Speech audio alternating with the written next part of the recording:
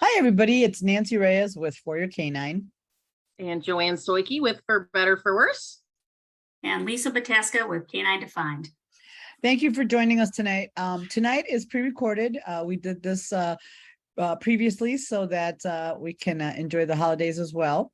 So we are wanting to talk about crate training today. I know we did a show on it previously, but it has become a bigger and bigger topic of discussion over the last year. I think it's been a year since the last time we did it on crate training. So we were going to revisit it a little bit and maybe give you some additional information on helping your dog with crate training, and maybe really to understand how important crate training your dog is. Because there's a lot of people now, it seems to be a new, when I started training a long time ago, crate training your dog was a pretty normal thing. It wasn't really a question. Everybody did it and it was just normal. Now that is not the case. It's people don't believe in crating. They don't crate their dogs. And we're seeing, as trainers, veterinarians, groomers, we're seeing the repercussions of that situation, right? Because at some point your dogs are going to have to be crated. If they go to the vet, go to the groomer, if they're sick or whatever, that's going to be part of what they're going to have to deal with. And if they're not used to being crated, the amount of stress that adds to the dog is really, it's difficult for the dog, difficult for the staff that has to deal with that, and just makes the whole experience worse as you go through. And a lot of people see it as it's cruel, right? Have you guys heard the same thing? Yes. Yep. It's cruel. It's they feel sorry for the dog. And I'll give you an example. Today we were at a nosework meetup and we had the dogs crated near where we were searching so that they wouldn't have to go from the car. So all the dogs are pretty happy in a crate. They were lovely and they were really well mannered and they were doing well. And this woman comes up. She was ready to call the police because the dogs were crated. Wow. That was we were like, what? I mean, nobody was distressed. Everybody was fine.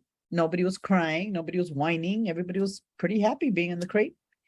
And the woman was just so overwhelmed with how stressful it must be for the dogs. And most of the dogs were just sitting in their crates, like, enjoying the day. It was a lovely day. And she was just, I was getting to call the police because they were all by themselves here. And we were literally 6 feet away from the crates for the dogs. So that reaction was so dramatic to that situation that I'm just not understanding why is that happening and why people are just not, they see it as such a negative thing. And when did that start? Because I missed it, right? Whenever that shift started to happen. I just know that now dogs, people not wanting to crate their dogs is huge. I mean, it's huge. Nobody wants to crate the dogs, and to participate in dog sports, they have to be crated at some point. So the outrage that people have when they come to a class and that dog has to be crated, many people will just not train the dog. They'll just leave because they don't want to crate the dog. Well, and I don't know if you're seeing it too, but in beginner and puppy classes, I'm seeing a lot more people having issues with potty training. And when I ask them, are you using a crate? They're like, no. So, it's such a tool. Again, I'm with you. I don't know where the negative connotation came in at, right? It's not like we're tossing them in there and leaving them and they're panicked. I mean, we're taking the time to do it correctly. So I don't get it either. I wonder how much of it has to do with with the pandemic, right? Because everybody was home and nobody crated their dogs. And then they kind of got into that routine. And then, and now when they have to go out and about, it's a whole different story. But I think it's probably one of the most important tools, especially for potty training. Yeah. And chewing up and that's the other thing. Aside from potty training, yes, I agree. Potty training is huge, but also the expense of a dog that's not potty trained, that's left loose in the house, and the surgeries that are happening because they've eaten something, there's a blockage or whatever, because they weren't crated when they're puppies. because crate training is temporary. You don't have to crate train. You don't have to have your dogs crated very much forever. It's just until they're potty trained and they stop chewing. And those of us that do dog sports, you know, we do still crate the dogs. You know, when we're at, you know, like my dogs are not crated when we're home, obviously, because they're already 5. They know, they're already trained that way. But when they were puppies, yeah, they were crated because they needed to learn. And, you know, I didn't want my house torn up or them having to go through unnecessary surgeries because I didn't secure them. Right. So it's confounding to me. Like, I don't get it. Like that episode today was, you know, they were looking at our group like, oh my God, how could you crate your dogs? I'm like, and the dogs were like, woohoo, it's great. Our dogs were able to be out and enjoy the day and enjoy an event that maybe their, you know, other dogs couldn't, because they couldn't do that, because they couldn't be crated or whatever. I love that we're talking about this. I just had a big sigh behind me. Noah just went and laid in his crate, his open crate behind me. He's like, this is where I'm going to take a nap. Mhm. But you know, and I'll tell you this, a lot of you know me, you know my history. Some of you may not, if you're new followers. I'm always going to crate my dogs now when I'm not home.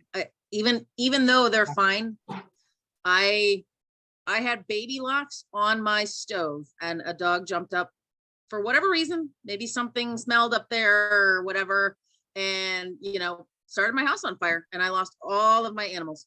So, you know, that was something that was a 1 in a million. If they were in a crate, I would still have all of my dogs, right? So that would have never have happened.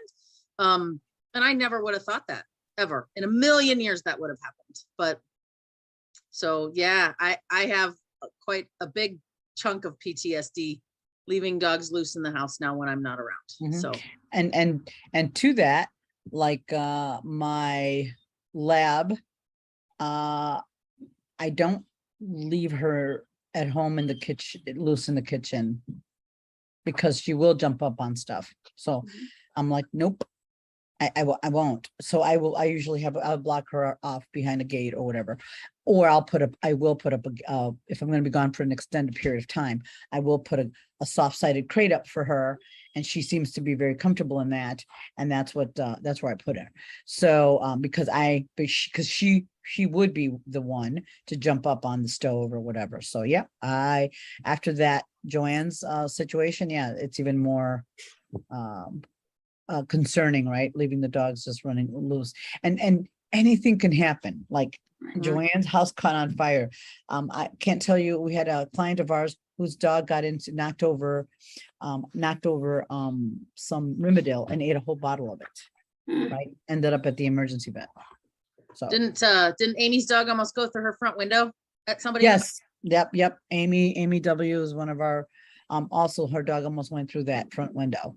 So now her dog is confined to the, you know, so a lot of things can happen that we're not, you know, that you think, oh, it could never happen, but it can. And so that's why crating is so important. And also just for safety. And also if they have a medical emergency and you have to bring them home, and you have to put them, if you have a medical emergency and they have to be on crate rest, how awful would that be if your dog has to be on crate rest and is stressed out in the crate? Right. I mean, that just, I know from my perspective, like with Bruce and stuff, he, you know, if I'm not home, I'm like, just crate the dogs. Well, he doesn't like to. And I'm like, he goes, because I don't know why. I don't understand why. I'm like, they're used to it. They're happy in it. If the crate's open, they'll go in it. If I'm in the other room, I say crate, they go running to it. There's no anything about it, but I wonder if there's a psychological aspect for people about being confined, you know what I mean? And maybe those that have more of a aberration to, you know, confinement, such as, you know, like what have you. But I think like for him, I'm like, if you got to go do something, I'd rather you put the dogs in crates, put them in crates. I'd rather be safe than sorry. It's just easier that way. And that way everybody's safe, and you know that nothing bad's going to happen because they're crated, so to speak. So, right. And they're safe, and they're, yeah. And they're where they belong, right? And there's always a balance, with that, right? You don't want to, we've had clients, and this was a long time ago, where they crated their dogs a little too much too. But we're talking about normal crating when they're puppies, or when you have a new dog, foster dog or whatever, where you're going to, they're new to your house and they need to learn the kind of the routine, potty training, feeding, and all those things. So we're not talking about keeping your dog confined all the time, just as needed, right? Joanne's dogs are not confined all day because she works from home, but when she does go to work in the office, they're in a crate. And a lot of people don't want to do that, which I don't understand, because everybody had, when I had a regular job, a regular corporate job, all my dogs were crated when I went to work, when they were young and puppies, because I didn't want to come home to a dead dog, right? Yeah. And even people that I work with, right, you hear them say like, well, the dogs, when I'm working from home, it's so hard, I'm having to throw a ball while I'm in meetings and this and that. I don't do that, right? This is time that I am not doing anything with you because I'm working. Go lay down, right? Go chew a bone, go do something, but this is not your playtime. At lunch, I'll take you out, but otherwise it's not, I'm not here to entertain you all day, right? So it's good to set that precedent. Whether, I think a crate's a great way to start that, right? If your dog really is bringing you balls or bringing you toys, right? Can you sit in the crate behind me, right next to me, whatever, while I'm doing something for an hour? Maybe I'll throw a cookie in there, right? Reward you. So it's my cameo time. I know. Even if it's pre-recorded, we're going to visit. I think too, the other thing is that what I find too is that people, they'll only crate when they're leaving the house. They don't crate when they're home. Yep. Right. And then that poses another problem, because then the dogs are barking, you're home, I should be out. And I'm like, nap times are good for dogs too. I need a nap time. And, when I need lots of nap times, but when I was sick, like I did let them out, and then they kept putting toys on me. And I'm like, this isn't working for me so much, right? Because if I roll over, I lay on a toy, it hurts. Yeah. But so, I think it's important. And again, it is temporary. It's not forever. It's to work in rules and routine. And remember, like everybody, we thrive, dogs and children thrive in routine. It provides predictability, and then which in turn provides safety and security for them. So then they know what to expect. So well, and it's also along on Lisa's comment, if you have a dog that's a little anxious or that has some anxiety issues, crating is the best, because they thrive on that safety, and that routine, as she put it, is really super important for those dogs, especially that tend to be anxious, as well as wouldn't you say that's true too for the high energy dogs? So they learn how to yes, regulate. Yes, you need to just go have a little time out for a second. Yes, before somebody gets hurt. Right. Mostly you. All right. So we're going to, and there's a million different ways to teach a dog how to be okay in a crate. Like we can, and this is just one example. So the big thing is making the crate a good place to be, or making it a positive place. And the big thing is not leaving them in the crate right away and walking away and leaving them there. You might put them in a crate, take a step or two, and then go back. And you're not going to leave them in there. You're not, the first experience in the crate shouldn't be when you're going to put them in there and leave them, because then, yeah, you're going to create a problem for sure. Right. And you're going to stay nearby where you can go back and reinforce, and you're going to take them out before they get upset. Right. So all those things you need to think about those things. You're not going to put them, you're going to crate train them, but that doesn't mean you're going to leave them in the crate, especially if you already have a dog that's not crate trained. No harm, no foul, right? And for puppies, it's super important. Like all my puppies are crate trained, because for potty housebreaking, because with my dogs, my big dogs were housebroken. My shepherds never had an accident. My lab had like 2 or 3 accidents when they were young. That's it, because I crate train them and they learned how to hold it. It helps. Crate training helps with housebreaking because they learn how to hold their bladder, right? Mhm. Instead of just peeing all the time everywhere, right? And there is musculature that is required for that, right? So if we don't ask them to hold it for a little bit at a time to build those muscles, it's really hard for them. Right. Yeah.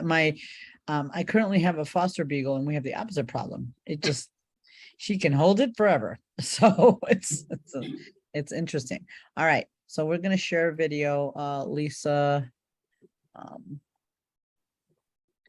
did a video. Sorry. I wanted to do, there we go.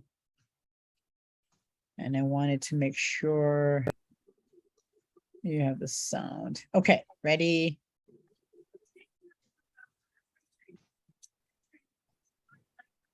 If I want to get my pup excited about it, there's a couple of things I will do. So we have Carrie here. I'm gonna go ahead and open the crate.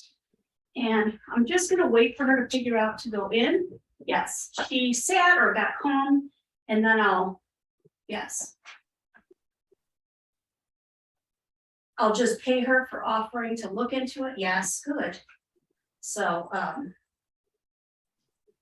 all I'm doing is trying to yay, good girl, get her to understand to go in on her own. Now, I've not done this before, although she does spend time in a crate, so crate is not a bad thing for her. But if you're working on this, I'll release her out a sec. Okay.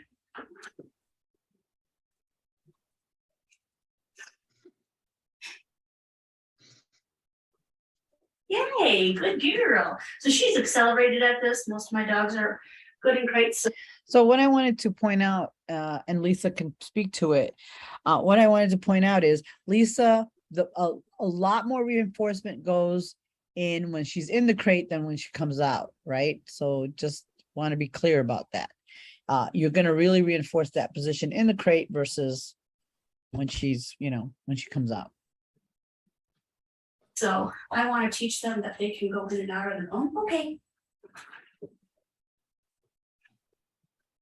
Now my criteria is you get in all 4 feet. She stands orienting to me. I just want her to be calm. So I might just take her turning and looking at me and I'll release her out. Okay. If you notice more cookies happen in the crate than outside of the crate. Great. Yay, nice. Woohoo. Slow motion there. I'm gonna get some more cookies. She's staying in there. She'll get fed. Now I start to work on my duration. If you're in there, I will pay you. And I'm accelerating this. 1, because she knows. 2, I just want you to see some of the progress and it goes quick. So initially all I was paying was her looking at the crate and I marked it and threw a cookie inside of it. As she got better. Uh-oh. That was my fault. I waited too long on duration. She's so cute. Hey, very smart. Good. So all the cookies have been in. If you notice, I released her, I tossed a cookie. At one point, I can start to say, I'll release her, okay. Then I'll drop a cookie. And eventually you can release her to no cookie. But she's still trying to figure out what the game is, right? I started to call it something. So Lisa, could you speak to, so that was, so I wanted to kind of clarify and you guys can speak to it. Lisa tossed treat and waited for the dog to go in. It's different than trying to lure the dog in the crate, right? So it was a combination, right? So I did some capturing at first, which was she oriented to the crate, then I marked it and paid inside of the crate, placing reinforcements critical. And then eventually she's like, oh, well, I'm going to go where the cookies are. But you're right. A lot of times people throw the cookie and lure the dog in. But in that case, the way I started was there was orientation, then a mark and the pay inside. The other thing that I do, and again, I talked about, like, it depends on the dog. So if there's a dog that says, I don't like the crate, I might not reinforce as much outside of it. Like I was doing a release to a cookie, a verbal release, and then drop the cookie after I verbally released her out. And I think that that totally depends on the dog, right? And this is where you have to tailor your training to who your dog is. If I have a dog who's like, I'm not totally into going in the crate, well, then I'm not going to release out to a cookie. All the cookies will happen in the crate, build that value first, and then maybe I'll go back later and release with a treat. But it is so individually based. And in her case, like I feed my dogs in crates. I mean, that's something I do. Sometimes when people come over and it's too much to have all my dogs out, I'll have them crate and do something like chew a bone or have something that they enjoy so they learn being in a crate's a good thing. So building that more positive association. In this case too, I mean, depending on, and if you notice her movements, I know the video is choppy, but I also pay attention to the movement. If she's like zipping in and out, her arousal is high. So I really don't want to create this high aroused state or reinforce high aroused state surrounding my crate as well. You want it to be a little calmer. So if that means you slow down your reinforcement rate, if it means you slow down your movement where you're, putting the treats in and pausing more, stuff like that, those are things to consider too. Yeah. One thing that I thought was really cool here, especially I'm dealing with a foster dog who is deathly afraid of crates, right? And I think you don't have that like banging crate pan in there, right? You've taken the whole pan out and you've put a primo pad in there. So it doesn't make a ton of noise. It doesn't move under them. It's got a lot of traction on it, which I think is super helpful if you're dealing with a dog that might, you're trying to remove anything that might be aversive to the dog or scary to the dog. If your dog has any at all issues with a crate. So I think that's really noteworthy too. Right. And note the dog's relaxed body posture, right? And that's the difference between their voluntary going into the crate versus you luring the dog into the crate. Really, really, really important to distinguish that. The dog is going in the way she did it, and then you're not luring the dog into the crate, because that's not fun. When the dog is stretching and they don't want to go in, that's not how you want to train that. You don't want to train it that way. She understood that because we worked on some of this. Okay.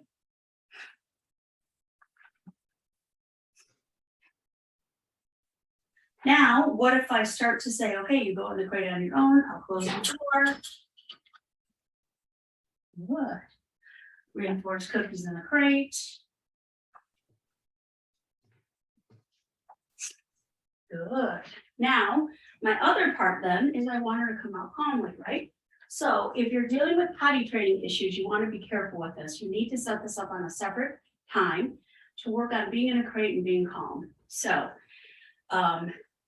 ideally, I would like for her to lay down. She's a little excited about possibly with the food, right? She's like, oh my gosh, I'm getting hot dogs. It's amazing. So I'm going to go ahead and start to open the door. If she backs up, I'll feed her.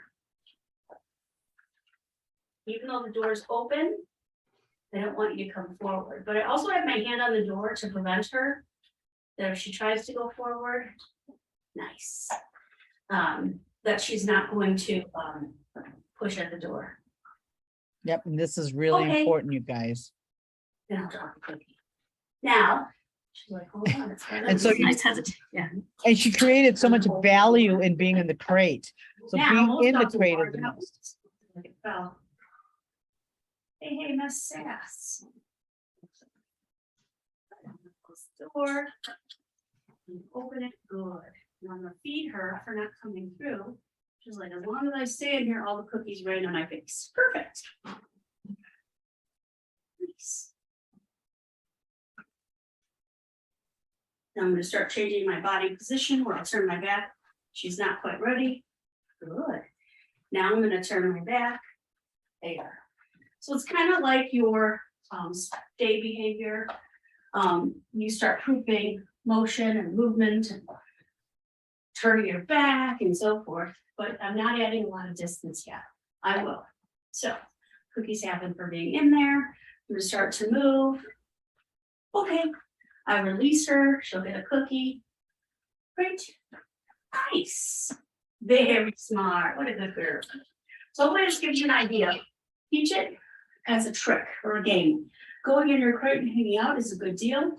If you have a dog who panics when you close the crate door, then maybe leave it open, feed them in the crate, try to get them accustomed to being in the crate and being calm.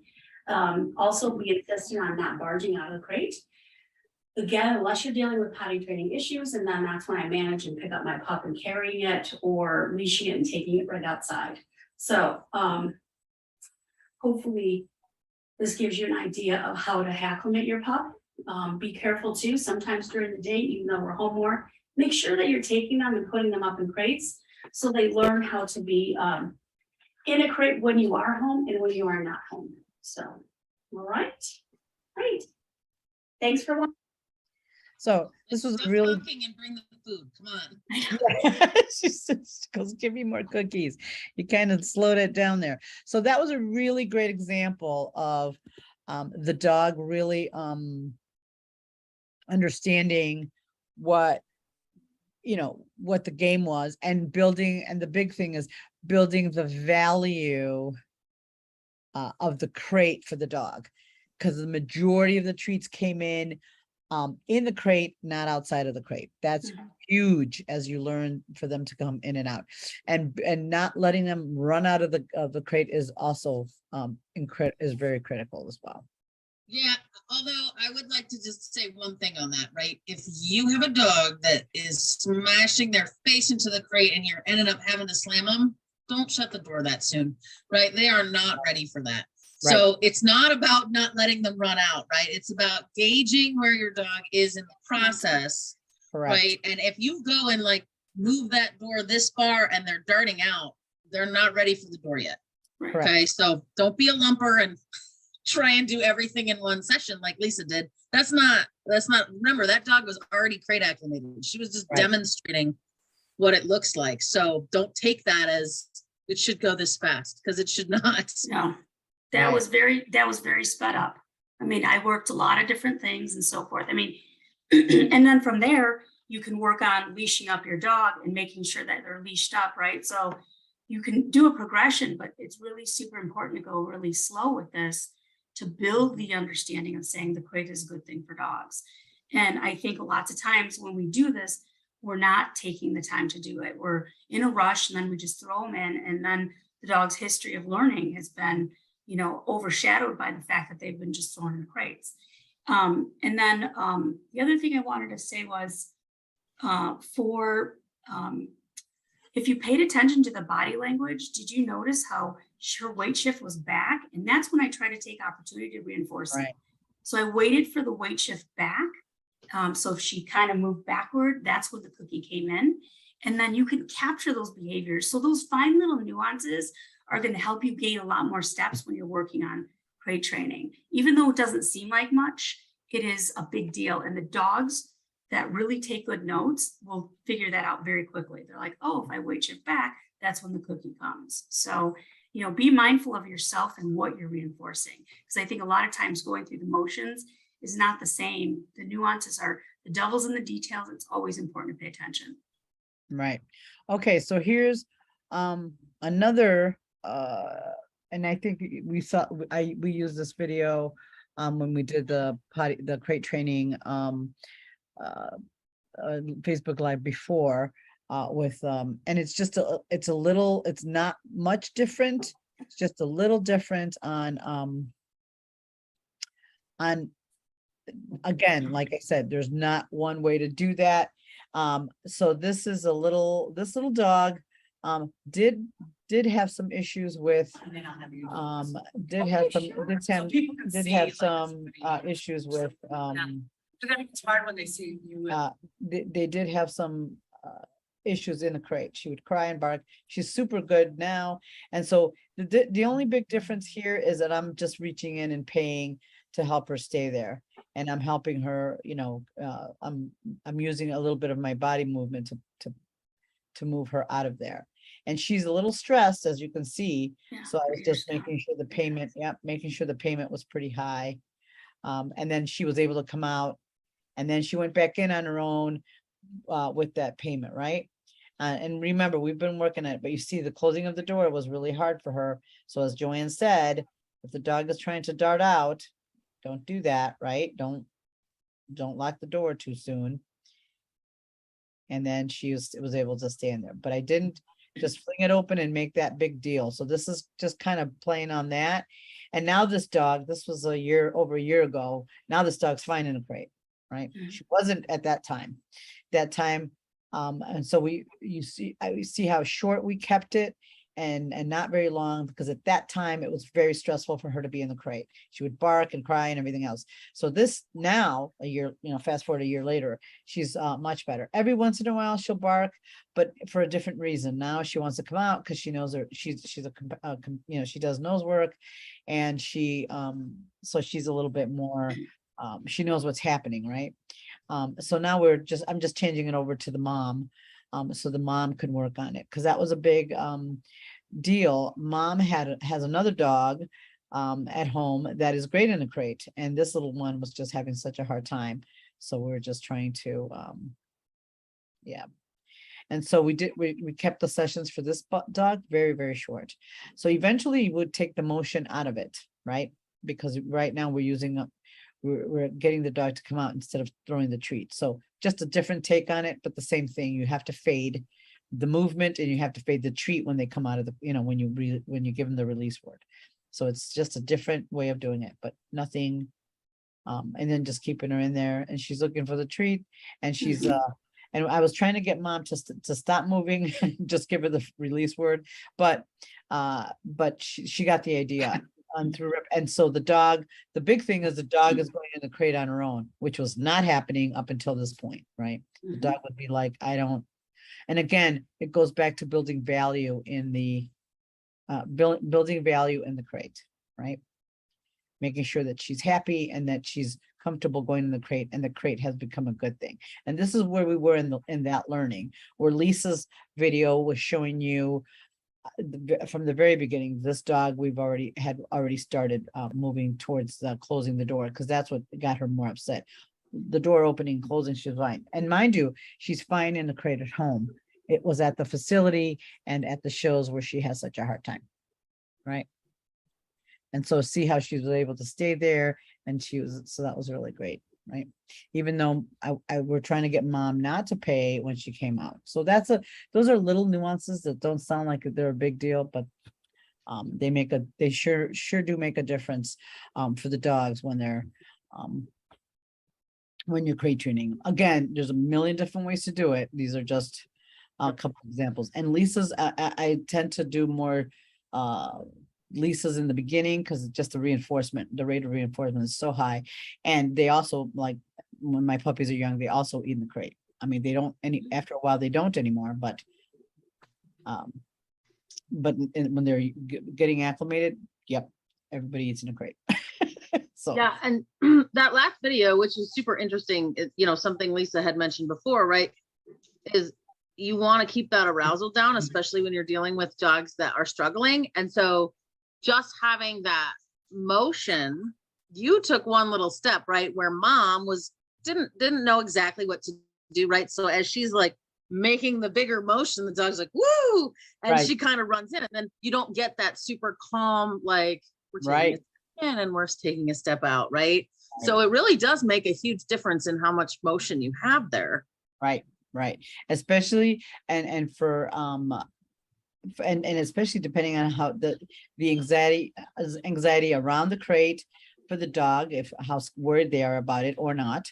Usually with puppies or young dogs, you don't have really much anxiety around it because they don't really know it. They don't really know what it is yet, versus some dogs that have maybe had some bad experiences, or they were thrown in a crate and locked up, and they've had to deal, or if they've been in Joanne's rescue, where he had been not treated so great in a crate.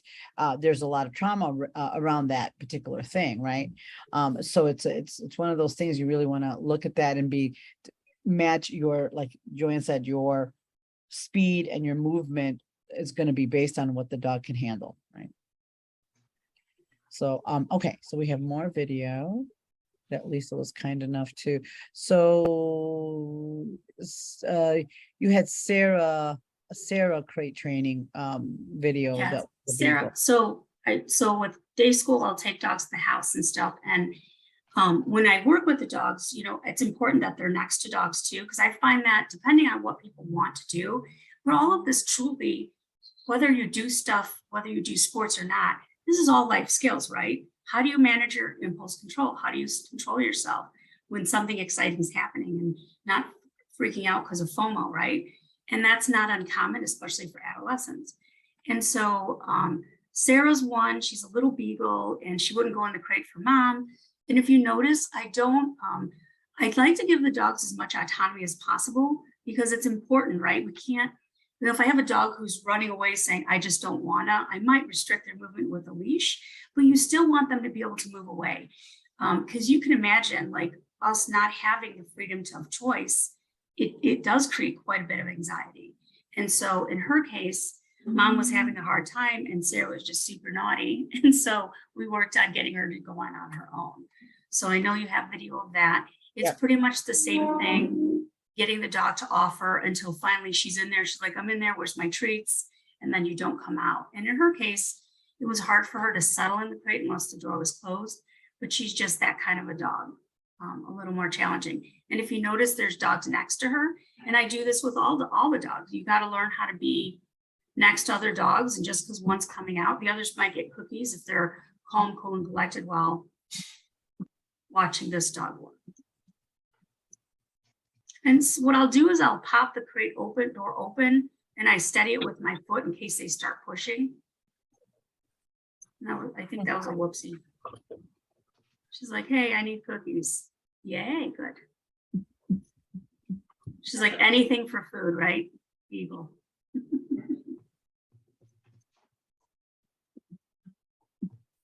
Okay. Nice.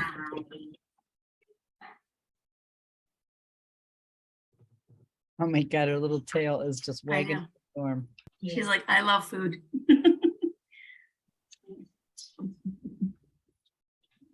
See Luke in the background in the screen. Yes. He's like, I want to work who's too. the little mini Aussie? Like, That's hello. Luke. I'm He's very like, I hungry." need treats. Nice. Very good. So he's like, what about me? I can have a cookie, right? The other two dogs are like, how about us? Uh-oh. Nice. Good. Good. When I don't know about you guys, but I like to do things a little more stationary at first, because like you were talking about, because you want to be careful with your body cues. I mean, I know the dogs I like, and they amp up on motion, right? So I don't want that excitable state of mind. So I do a lot more quieter work as well. But if I have a dog who needs more confidence, I might add that motion, but it totally depends on the dog. Look at Sully's over there. He's like, my life's terrible. This is terrible. I have to wait. Right. So yeah, that was pretty good. And she was pretty, pretty, I mean, she's happy because the food was very much of a, was kind of, very motivating for her. So, right. So she didn't want to go in a crate. She was very. Yeah, well, she didn't want to do it for mom. And so then we did a lot of in and out of the crate and stuff like that. And, and now she does fine for mom, but it's a process, and they know who's serious and who's not, right? They're like, well, you got to make me. And if you have a history of making them, they're like, I don't have to then, because you're going to make me anyway. Why should I even bother offering? And she's one of those types of dogs that is pushy like that. Yeah. So this video you have is Chloe.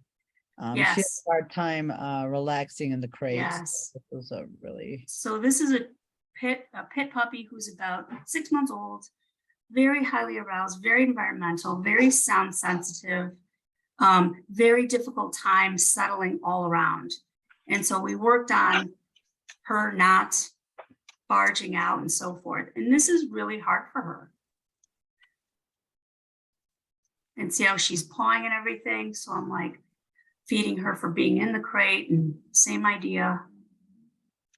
But watch her motions, body motions. She's much more amped up. So my rate of reinforcement's a little quicker, but I monitor that because if my rate of reinforcement's too fast, I don't want to amp up her arousal, but Well, it's and that still would be- tough. Yeah, it would be also really true for Sarah too. Yeah, A much higher rate of reinforcement would be hard for that dog, right? right. That was pretty good right there where she thought about it and she kind of looked at me. And I was like, you can't yet. She's like, all right, that's hard. And then I work on also, you always want to leash them as well, especially in different cases. Like if I want my dog, if I'm at a training class, I want them to come out leashed and stuff. I also rehearse the leashing while in the crate, not jumping around, right? Because sometimes when you let them out, they're all jazzed up and then you're trying to fight them to put that leash on. Right. I don't like to fight like that. It's not my favorite. Yeah, It's hard for her. oh, it's so difficult. And the parents are like, she comes home and she's wiped because we have to make her think. She's not used to using her brain, her noggin, right? For good, only for bad.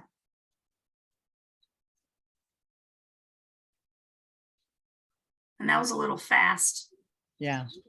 right? Yeah. You could even see and ears some- back, worried. Yep, and you have to take them where they're at too, the dogs, right? Sometimes you're gonna have to adjust a little bit as you go to help the dog, to help the dog handle it, right? Stop it. Nice. All right. So Yeah. those were some examples of some basic crate training. So the other thing I wanted to talk about a little bit was how do you start to leave them and make them okay and give them the confidence to know you're coming back. So Lisa alluded to it with the first video where she would just turn her body and then turn right back around. That is truly, that's how thin you're going to slice that, right? That's how thin you're going to slice that. You're going to just turn and then turn back. Take 2 steps and come back, right?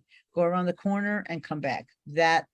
And you can, if you want, give your dog a cue saying, I'll be right back or whatever, especially for the dogs that worry about you being gone, right? And so you would break it down to that far, right? That basic. And this is true now. I would like to address too about soft-sided crates, right? I have big dogs. I am not taking into a dog show a big metal crate. I'm just not doing that. So I go through a little extra once they're crate trained in a regular kennel or a wire crate. Then I transition them to a soft-sided because the dog's too big for me to carry. So normally what I've done for that, once they're crate trained on a regular, I do take a soft-sided crate and put them nearby where I can see them, they can see me, and I can go over and reinforce them for being good in that soft-sided crate before I ever leave them. Because I cannot tell you how many people say, well, yeah, he got out of it. Well, that usually tells me you went too fast, right? You went too fast and the dog got out of the crate. So my dogs have never gotten out of soft-sided crate. The closest one was Bailey, remember, Lisa? And I did have. So Okay. and that was- Remember Max during the trial? Papillon loose. oh, it's my Papillon. There you go. I was like, oh, who else has a Papillon? So I ended up having to go back because it was my fault. I rushed it. It was my fault. So I had to go back and we ended up using a collapsible plastic crate for that dog. But I learned my lesson though. She taught me well. It's not, I'm not doing that again. I take my time and make sure they're comfortable in that soft-sided crate. Right. I have one that bet you can't guess which one. So I lost a couple of crates, not to get out, but because he ended up scratching and digging in there, right? So he was just busy, right? He's just busy in there. So I had a friend, it's a management situation instead of training. So I have a friend who sews. We got like awning fabric and we sewed awning just to the sides, just to like the sides under the little mesh window. so that if he was digging it, it was reinforced. So just, need a little extra reinforcement in the crates. Mhm. Maybe not the Well- right kind of reinforcement, but Yeah, right. But The other thing too, I think is also good to talk about is like there's the treat and trains and the different things that you can use to help the dogs and all that as well. And I know Nancy, you have them at your facility. I'm assuming Joanne, I'm sure you have those as well to work on, the owners being away and so forth. And then there's other things you can do. Like if you're in a class situation, everybody's experiencing the same thing, the dogs are crated, just go around and take a turn, walk around and give the dogs cookies. Even if they're not, if they're just being in a crate, good things happen in a crate when people approach type of thing, right? And then, if your dog gets excited or FOMO when a dog is coming out of the crate, another dog, oh my gosh, it's their turn, I want to go out too. Be close to your dog's crate and reinforce them for just hanging out while that dog leaves, right? So those are, I don't know, just some ideas and things to think about with them as well. So let me pull up that video because I did put it on our trainers page to let the trainers know how to use it and where it's at and all that stuff so that we're able to use it in class at our place, right? And it's just one option. It doesn't work all the time and it doesn't work for every dog, but it does the treat and train, or this is a little more inexpensive version of a treat and train. It's let's see. Oh, here it is. All right. Hold on a second. So hold on 1 second. So I will pull it up. It's not the best video because it's on Facebook, but it'll give you an idea of my very, very hungry lab that I'm. So yeah, it's not the best quality video, so I apologize in advance. So you can set it up where it just delivers treats at certain intervals, like that. And Make as long it go. as that's quiet, or you can use the dispenser that then dispenses a treat. Either one of those are going to be acceptable. Be mindful that some dogs are afraid of the noise, so you're going to have to watch for it.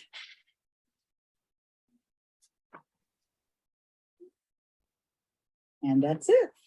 Good luck. So some dogs too, you have to be very, very careful because they know when that thing's on top of the crate versus when it's not. Like that Labrador. Thankfully, she's good in a crate, but He is great. Great. yeah. I mean, one of the things that I wanted to mention too, right? If you have a dog that's had some trauma or is really, really, really struggling, and I do right now. So this is the only reason, like, I know it's pretty rare, but I just wanted to toss it out there, right? You get creative. So there was zero way he was going to go in a crate. And I did try, like, probably a little more than what I should, to kind of get him into a crate. And he was like a fish on the end of a line, just flopping around, like panic. And as soon as I saw that, I was like, okay. Like, no more. I got you, right? I hear you.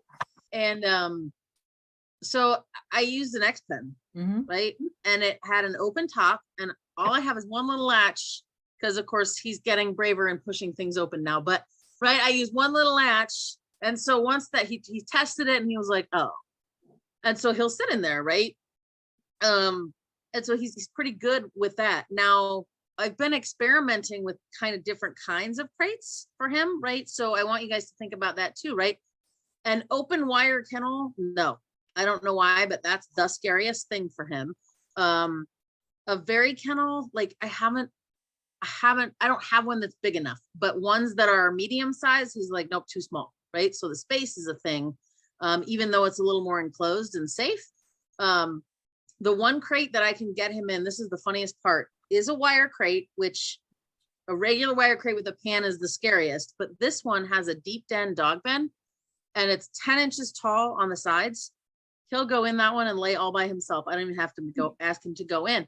So I was actually talking to Nancy about it, and like, what is it about that? Is it the I personally think it's the tall sides, and he can kind of get into that bed and curl up and feel really safe and secure. So I'm trying to take that option. Like, what else can I think of that can transfer that over besides that bed, which is $120 dog bed, which no adopter is going to buy for that dog, right? So it's like, you need to buy this $120 bed if you want to adopt him and you want to use the crate. Right. So, but trying to say what does work, and even though I don't understand why, what can I try that's similar to that may make a better transition? So I haven't got there yet, but I'm still exploring. Yeah. And some of the X pens, you can buy a top for the X pen. Yep. So it's, and for whatever reason, like Joanne says, it gives the dog a little bit more freedom, and it gives them a little more safety, and maybe the bigger space, the space can be an issue. So they sell the tops for the X pens too. So the dogs, so it's more like a crate really. But it's bigger obviously than a crate because it's an X pen. So the other thing is when you have a young puppy and you have to leave them, what we've done in the past is you have a crate, you have an X pen around the crate, you clip it to the crate, and you have a potty area outside, and they can go lay down inside the crate, right? Is another possibility option for dogs, for those of you who have to leave dogs for a while, or if you have a young puppy that you can't, unless that puppy climbs that X pen, just out there.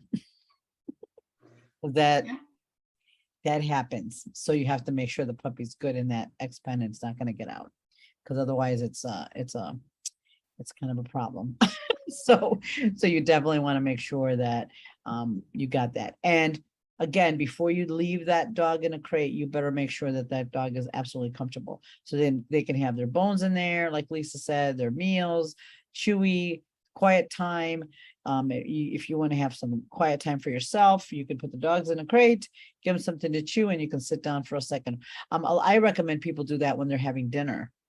Right, the dog can have their dinner, or they can have a chew bone or whatever while you're having dinner, so they also don't learn how to beg, and you can manage it that way as well.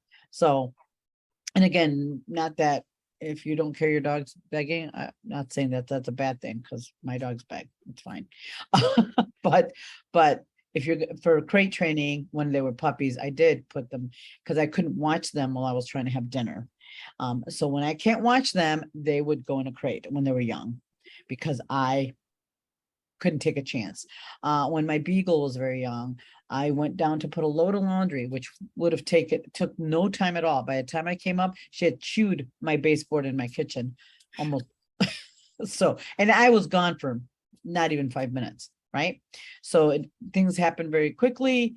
And so after that, until she matured and she'd learned not to do that, she would go in a crate if we couldn't watch her for even 5 minutes, because she was something else like that. So yeah, I'm just, think about it. Had I put her in a crate for those 5 minutes, I could have saved the money to have to repair that and replace it. Right. And luckily it was just a baseboard. It was, you could replace it. But if the dog gets into something, medication or something, or they get something that can make them sick, or they have a blockage or whatever, that's a lot more expensive and a lot more trauma for the dog. So with the crate training, and the other thing is, crate training is also good because your dog should ride in a crate in a car or have a seatbelt, right? It's again, another it's safety. It's always safety, all of it, all the time, to keep the dog safe. And again, my dog's ride in a crate in a car, always. That is non-negotiable. In case there's an accident or something happens, they're going to be safe, right? Especially if we have people come to our facility with their dog on their seat. They have an accident. That dog's not going to make it. I'm just saying. And anything can happen. So just some food for thought on that. When dogs that get car sick, sometimes a crate helps. Sometimes, not always, but it's worth a try, right? That you can put them in where they feel a little more safe, and because car sickness usually comes from motion, right? It's a little hard for the dog. I think that's everything we have as far as crate training. Do you guys have anything else to add? For me, the only thing I'll do too is, because I want to avoid the FOMO, because the type of dogs I like. What I'll do is I'll put a crate in I think placement of the crate is something else people have to think about.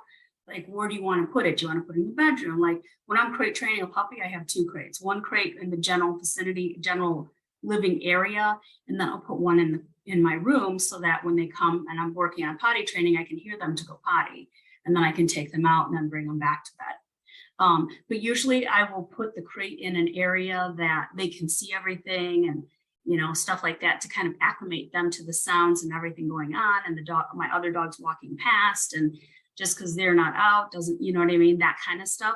I want them to get used to that type of thing too. And then it's just a way of kind of integrating them into my home. And this would be more appropriate for people who have multiple dogs and you're trying to acclimate a new dog in.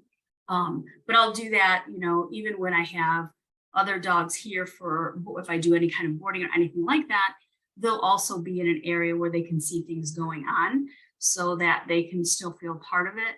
And then we just cycle, right? Because I just want to make sure, depending on who the dog is, if they have special needs or are very particular about who's around them, then, I cycle the dogs as well too. And I think that's pretty typical for a lot of trainers, because if you bring dogs home and stuff like that, you're going to have to do some sort of management in terms of some dogs need to be crated, some dogs can't be, et cetera, and you swap them out. But I like to do that as well. Yeah. Okay, I have to ask you, because you've said it a couple times tonight. What is FOMO? Fear of missing Fear of out. missing out. Oh, all right. I was like, I don't know what you're talking about. Is that some new dog training acronym? So No, No, it's a people acronym. it is. I had a long day. Sorry. I get it. I'm like, okay, I have to ask because you keep saying it. I don't know what she's talking about. You're missing out. Sorry. Yeah. No, you're good. You're good. And now that you bring that up, the other thing is when we're at training, like I know I have multiple dogs. When I take one dog out, the other one, Mm-hmm. so usually I pay him to be quiet because it's him.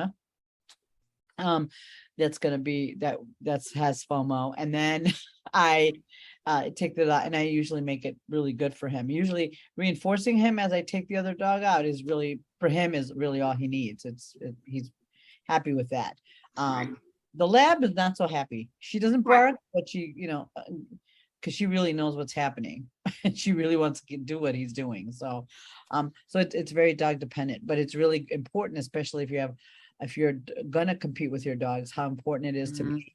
You should, when I was crate training Cha-Cha when she was young, I went to an agility show. I wasn't entered, obviously. I just went with her in a crate and I volunteered. I volunteered to be like the gate person, and she was right by my gate, or not too far, far away where I could go back and see her and pay her. She was in that environment. She got used to the noise and all that, and there was nothing happening. We just went to do that. So that's also an option for those of you who want to get their dogs ready, because there's a lot of skills that dogs need before that. When you're doing a sport, you're teaching them the sport. Yes, right. They need to learn how to do whatever that sport is, agility, nose work, barn hunt, whatever it is. But you also have to train all the things around it. Crate training is big for all of those sports. Your dog should be good in a crate and happy in a crate. You'll get better performance when your dog is calm and relaxed and can chill out in a crate versus a dog that's all stressed out and barking in the crate when they're at a show. So taking the time to go to a show that you're not entered in and just work and socialize the dog is really, really helpful because the dogs get used to the sights and sounds. And so when they go as competitors, it's not a big deal for them. So. All right. Thank you all for tuning in. I hope you found this helpful. Again, we're all really big on crate training, and we hope that we can get back to the time where the dogs are going to be more cared for, and the vets are less busy with taking stuff out of the inside of the dogs because they were crated, or dogs being returned to the shelter because they're not housebroken, because they're not crate trained. Okay. So, Mhm. there's a lot of reasons, that crate training is important. So I hope you, find this helpful and that you can get your dogs, trained. And if you have any questions, please like our Facebook pages. We always have stuff going on. So like For Your Canine, For Better For Worse, and Canine Defined, so that way you can see what's going on if we have, webinars or more information, or if you want more, basic information on a private lesson, even though we're all pretty booked up with those, but we can help you, with getting your dog acclimated if you're having troubles. So, like our Facebook pages, and hopefully we can, help you, with the, crate training your lovely, lovely dogs. Thank you for tuning in. Thanks, everybody.